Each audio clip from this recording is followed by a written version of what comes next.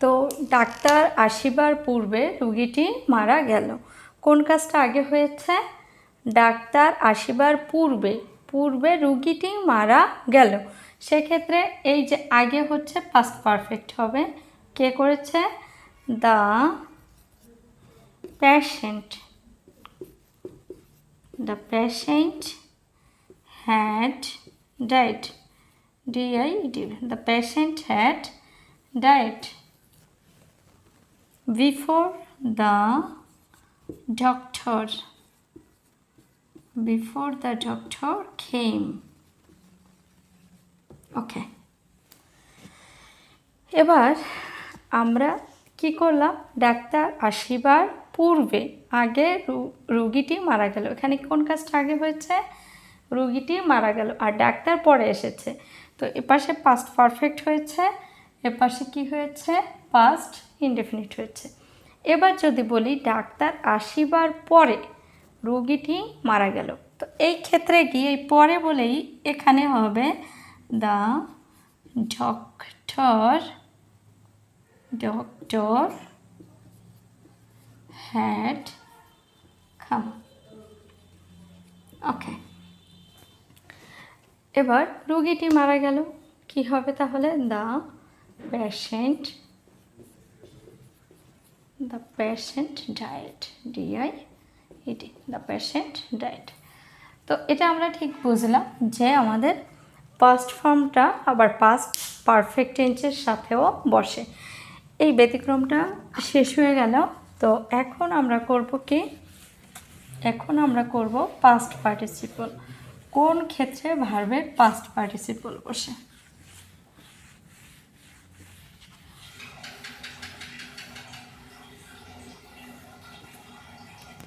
তো ভার্বের পাস্ট পার্টিসিপলের মাত্র দুইটা নিয়ম মনে রাখলেই পাস্ট পার্টিসিপল করা সম্ভব। Past participle. তো পাস্ট পার্টিসিপল একটা সেন্টেন্স বলি, have, has, had, be, get and got. তো কি হলো? Have, has, had, be, get, got. Have, has, had, be, get, got. এরপরে ভার্বের পাস্ট পার্টিসিপাল হয়। তো আমি একটা সেন্টেন্সের উদাহরণ দিই। They have play football. তো কি হবে? যেহেতু হ্যাভ আছে, চোখ বুঝে, একদম চোখ বুঝে এটা পাস্ট পার্টিসিপল করে দিলেই হয়ে যাবে। প্লেড। আমরা এর আগে কিন্তু অনেকভাবে নিয়ম শিখেছি। জাস্ট থাকলে, জাস্ট নাও থাকলে, লেটলি থাকলে, রিসেন্টলি থাকলে পাস্ট পারফেক্ট হয়। বাট এত কিছু মনে রাখার দরকার নেই। Just have, has, had, be, get, got. Have, has, had, be, get, got. এরপরে সবসময় ভার্বের ফার্স্ট পার্টিসিপল হয়। এবার ডিয়ার ভিউয়ার্স, আরেকটা রুলস আছে। তো এই রুলসটা কিন্তু অনেকটা চমৎকার একটা বিষয়। আমরা সেন্টেন্সের মধ্যে দেখি, বাট এটা একটু মাঝে মাঝে কনফিউজড মনে হয় যে এটা আসলে কেন হলো। তো এই কনফিউশনটা দূর করব আজ হচ্ছে আমরা দুইটা সেন্টেন্স লিখি, দুইটা সেন্টেন্স দিয়ে আমরা বুঝবো যে আসলে এটার ব্যাপারটা কি। তো আমি যদি বলি I am right, I am write a poem. কি লিখেছি?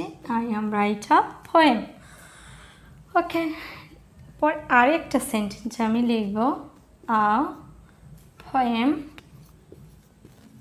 a poem is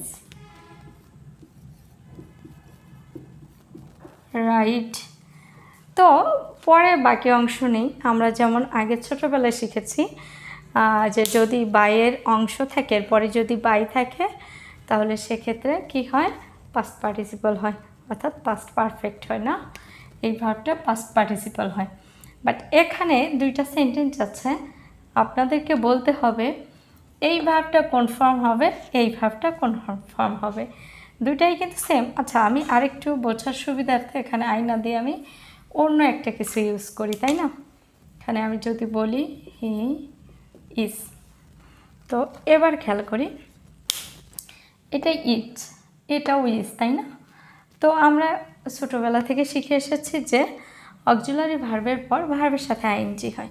তো সেই হিসেবে যদি বলি, এটা আমরা এভাবে দিয়ে দিলাম রাইট, এরপরে রাইটিং। ওকে,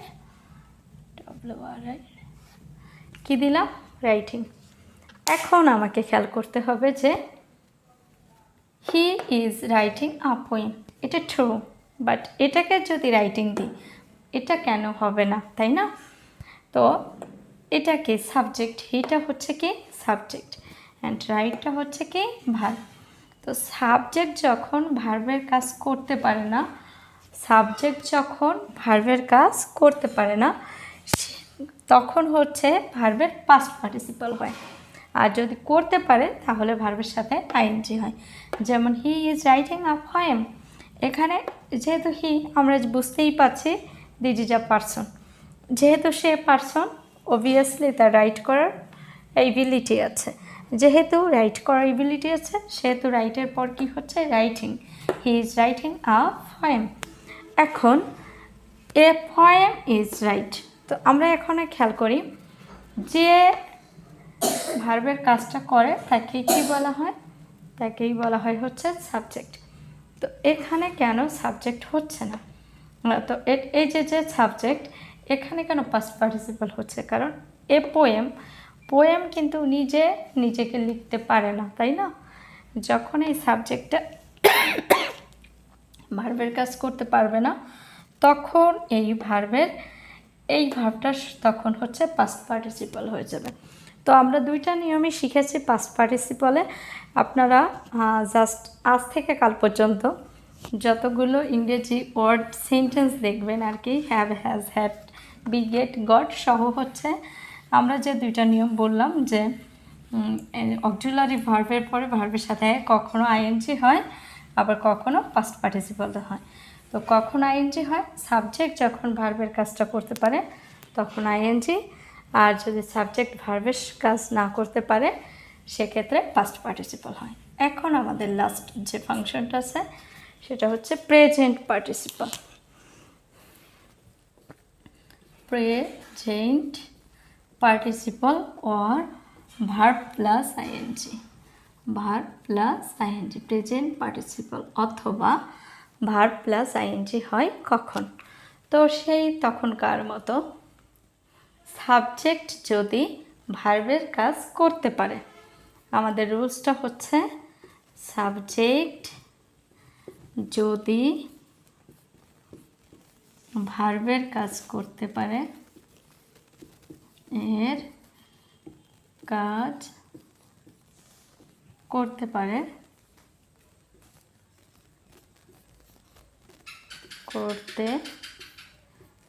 সাবজেক্ট যদি ভার্বের কাজ করতে পারে তাহলে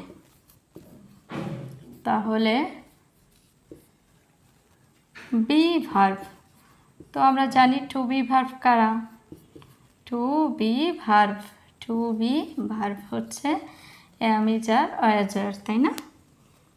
M is are was were, এরপর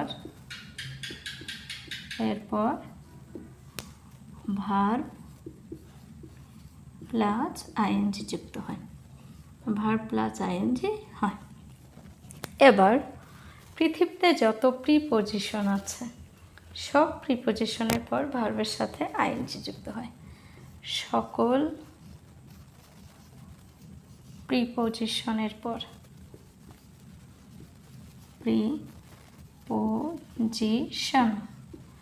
আপনারা এগুলো যদি প্রয়োজন মনে করেন তাহলে নোট করে রাখতে পারেন। আশা করি যদি নোট করে রাখেন এবং এভাবে প্র্যাকটিস করেন রাইট ফর্ম অফ ভার্ব কিন্তু দৈনন্দিন জীবনে আমাদের প্রতিনিয়ত লাগে।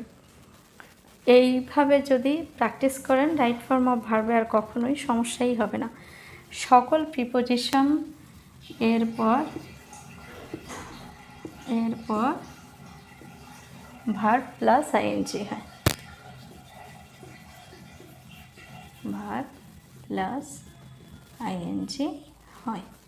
তো আমরা দুইটা নিয়ম শিখছি, আরও নিয়ম আছে, বাট আগে এই দুইটা নিয়মটাকে আগে মেমোরাইজ করি, পরে হচ্ছে আমরা পরের নিয়মগুলোতে যাব।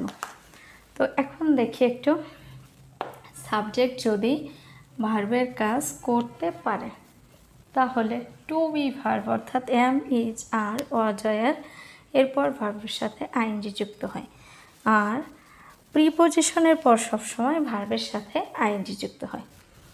তাহলে টু বি ভার্বের পর আইএনজি যুক্ত হয়, আর হচ্ছে প্রিপোজিশনের পর ভার্বের সাথে আইএনজি যুক্ত হয়।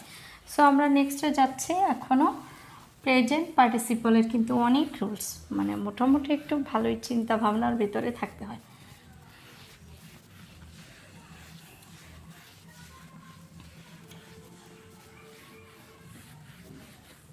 এখন ব্যাপার হচ্ছে, আমি কিন্তু ইতিমধ্যে বলে এসেছি যে প্রিপোজিশনের পর ভার্বের সাথে আইএনজি হয়, কিন্তু আমরা প্রেজেন্ট ফর্ম করার সময় টু ব্যবহার করেছিলাম, তাই না? তো টুটাও কিন্তু প্রিপোজিশন ছিল, টু এর পরে ভার্বের কেন প্রেজেন্ট ফর্ম হলো, এটা এক্সেপশনাল, যে টু এর পরে কিন্তু ভার্বের সাথে আইএনজি যুক্ত হয় না। কিন্তু যদি ফ্রেজাল টু হয় সেক্ষেত্রে ভার্বের সাথে আইএনজি যুক্ত হয়। যেমন ফ্রেজাল টু কেমন, owing to, owing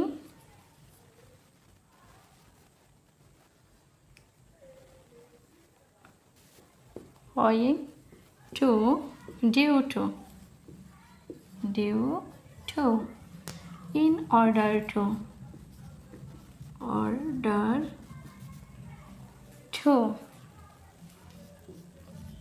with a view to,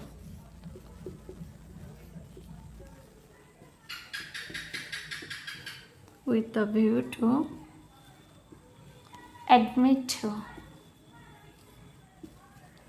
admit to, confessed to,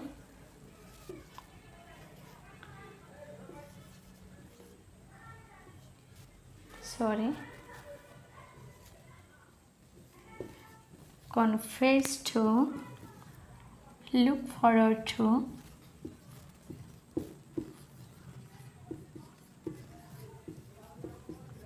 look forward to,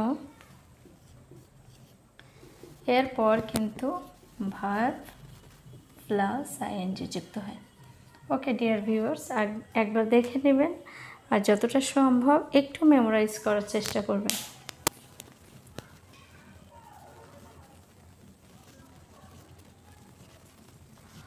তো কি বললাম, owing to, due to, in order to, with a view to, admit to, confess to, look forward two.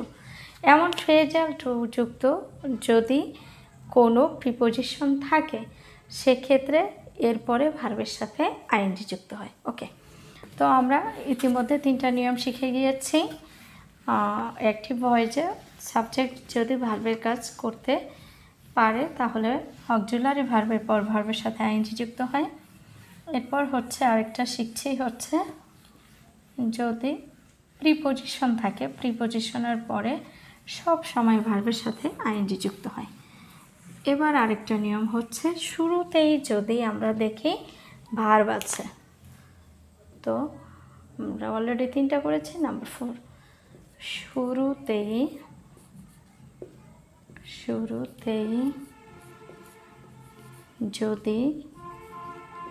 শুরুতেই যদি verb থাকে, তাহলে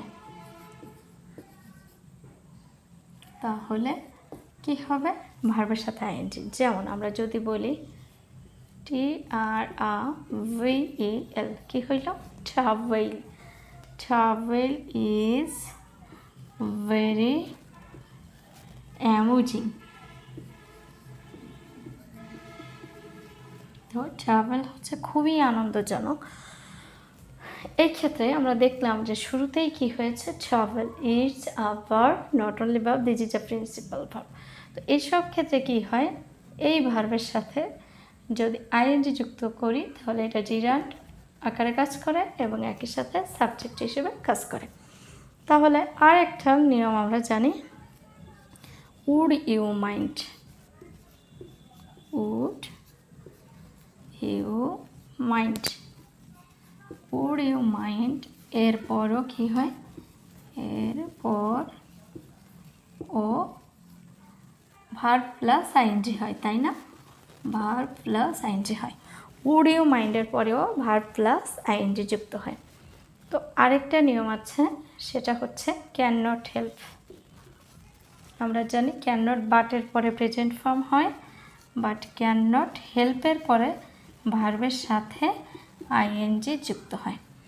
তো এবার আবার একটু দেখে নেবেন, শুরুতেই যদি ভার্ব থাকে তাহলে ভার্বটা কি হয়ে যায়, আইএনজি যুক্ত হয়। আর যদি উড ইউ মাইন্ড থাকে তাহলে উড ইউ মাইন্ডের পর ভার্বের সাথে আইএনজি যুক্ত হয়। আর যদি ক্যান নট হেল্প থাকে, ক্যান নট হেল্পের পর ভার্বের সাথে আইএনজি যুক্ত হয়। সো ডিয়ার ভিউয়ার্স, আমরা ইতিমধ্যে জানলাম যে একটা ভার্ব 4টা রূপ ধারণ করতে পারে। আমরা অনেকগুলো নিয়ম আসলে করি, 60 থেকে 65টা। যতগুলো নিয়মই করি না কেন, সবগুলো নিয়মের সারসংক্ষেপ কিন্তু 4টা। কারণ হচ্ছে ভার্ব তো ন্যাচারালি আমরা জানি 4টা, তাই না? প্রেজেন্ট ফর্ম, ফার্স্ট পার্টিসিপল, আর একটা হচ্ছে প্রেজেন্ট পার্টিসিপল। তো এর জন্যই আমি এগুলোকে ফাইন্ড আউট করে একটা জায়গায় রেখেছি, যাতে করে সব কিছুকেই, মানে যত প্রবলেম আছে এই সকল প্রবলেমের সমাধান একদম সহজভাবেই করা যেতে পারে। এবং আমি দেখেছি অনেক রাইট ফর্ম অফ ভার্ব আমি নিজে প্র্যাকটিস করেছি, স্টুডেন্টদের দিয়ে প্র্যাকটিস করিয়েছি।